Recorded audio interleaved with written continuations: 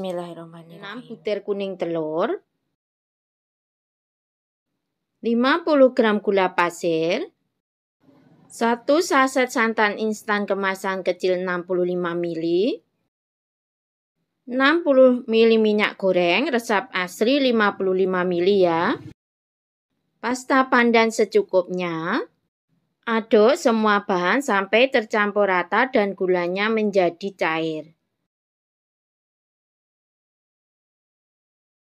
Dengan cara diayak tambahkan setengah sendok teh baking powder, 140 gram tepung terigu protein rendah.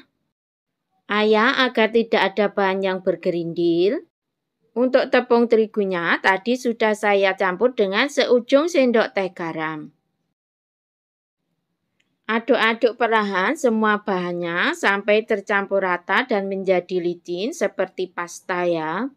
Jangan terlalu kencang-kencang mengaduknya atau terlalu kuat agar nanti tidak terlalu menggumpal. Kemudian sisihkan terlebih dahulu. Dalam wadah masukkan 6 butir putih telur. 1 sendok teh air jeruk nipis. Kemudian mixer menggunakan kecepatan yang paling tinggi. Setelah busanya agak banyak, masukkan 80 gram gula pasir, masukkan secara bertahap sebanyak 3 kali. Jika tidak ada air jeruk nipis, bisa diganti dengan 1 sendok teh cuka makan atau diganti dengan sejumput cream of tartar. Untuk putih telur, jangan sampai ada kuning telurnya yang ikut ke putih telurnya ya. Nanti putih telurnya susah mengembang dan tidak bisa kaku. Mixer putih telurnya sampai kaku saja. Jangan overmix ya memixernya, nanti hasil chiffon cake-nya juga tidak bagus. Seperti ini ya kira-kira hasilnya.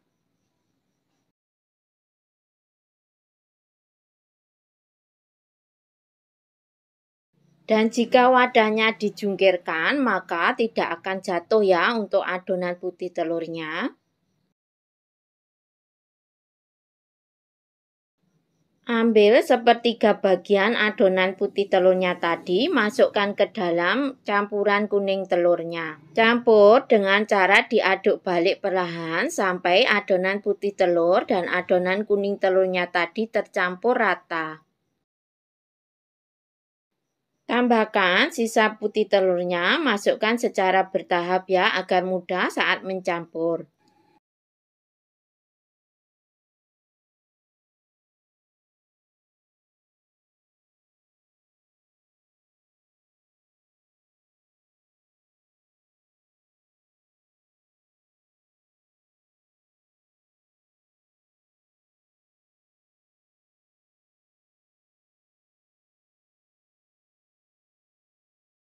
Setelah semua putih telur dimasukkan, kemudian aduk balik sampai semua bahannya benar-benar tercampur dengan rata.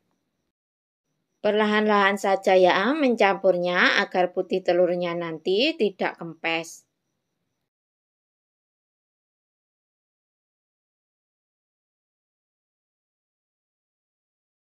Loyang saya memakai loyang bongkar pasang.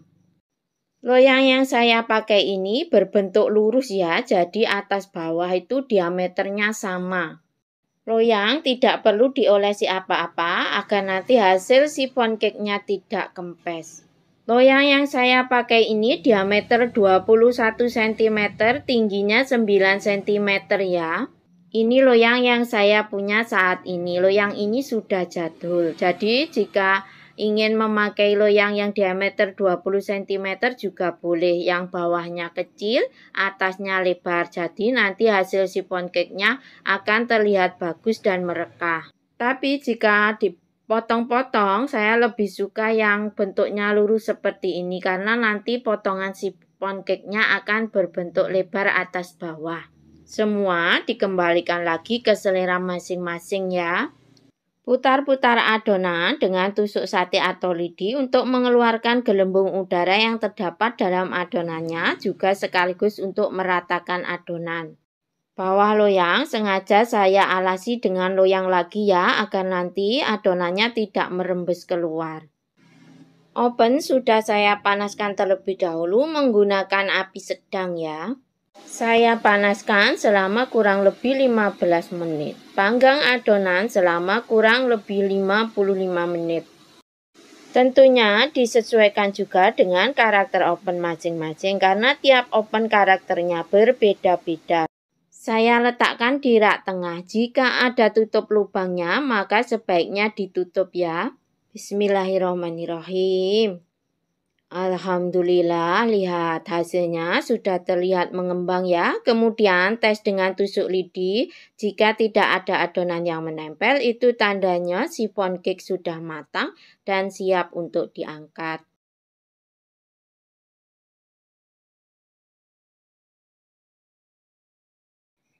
Segera dinginkan dengan cara ditengkurapin seperti ini ya, atau dijungkirkan loyangnya. Karena loyang saya sudah ada kakinya, jadi tidak perlu bantuan penyangga botol. Dinginkan selama 1-2 jam. Ini 1,5 jam ya punya saya dinginkan. Alhamdulillah hasilnya terlihat bagus ya dan juga tidak menyusut. Jika agak menyusut pun itu wajar ya, selama menyusutnya kurang lebih 1-1,5 cm.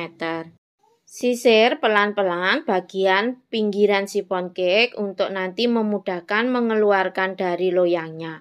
Jika mempunyai pisau yang tipis, tajam dan panjang, maka hasilnya juga akan lebih bagus. Jangan naik turun pisaunya ya, nanti sifon cake-nya bisa rusak. Dengan tusuk sate, saya beginiin ya untuk bagian tengahnya, biar nanti mudah juga saat melepas. Kita angkat bagian tengahnya dan bagian pinggirannya agak ditekan. Boleh juga agak didorong dari bagian bawah ya. Masya Allah, lihat hasilnya sudah terlihat cantik dan juga menul-menul. Sisir juga bagian bawahnya ya, masukkan sampai ke dalam untuk pisaunya. Jika punya pisau yang tipis dan tajam, nanti hasilnya akan lebih bagus. Jangan maju mundur juga pisaunya saat menyisir agar nanti tidak rusak untuk sifonnya.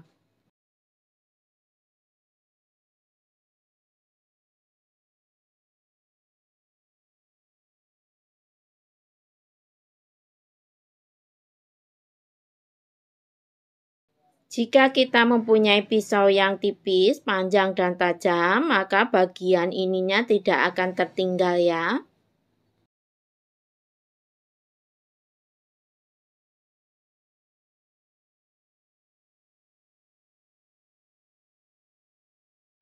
Sekarang kita potong-potong dan siap untuk disajikan.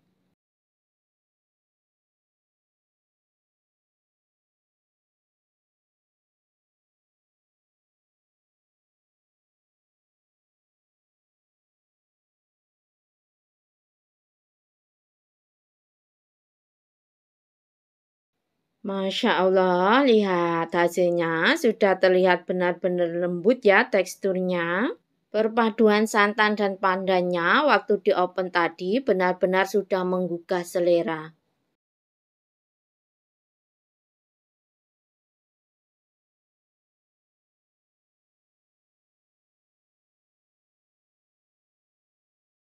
Bismillahirrahmanirrahim. Alhamdulillah rasanya benar-benar lezat sekali, super lembut.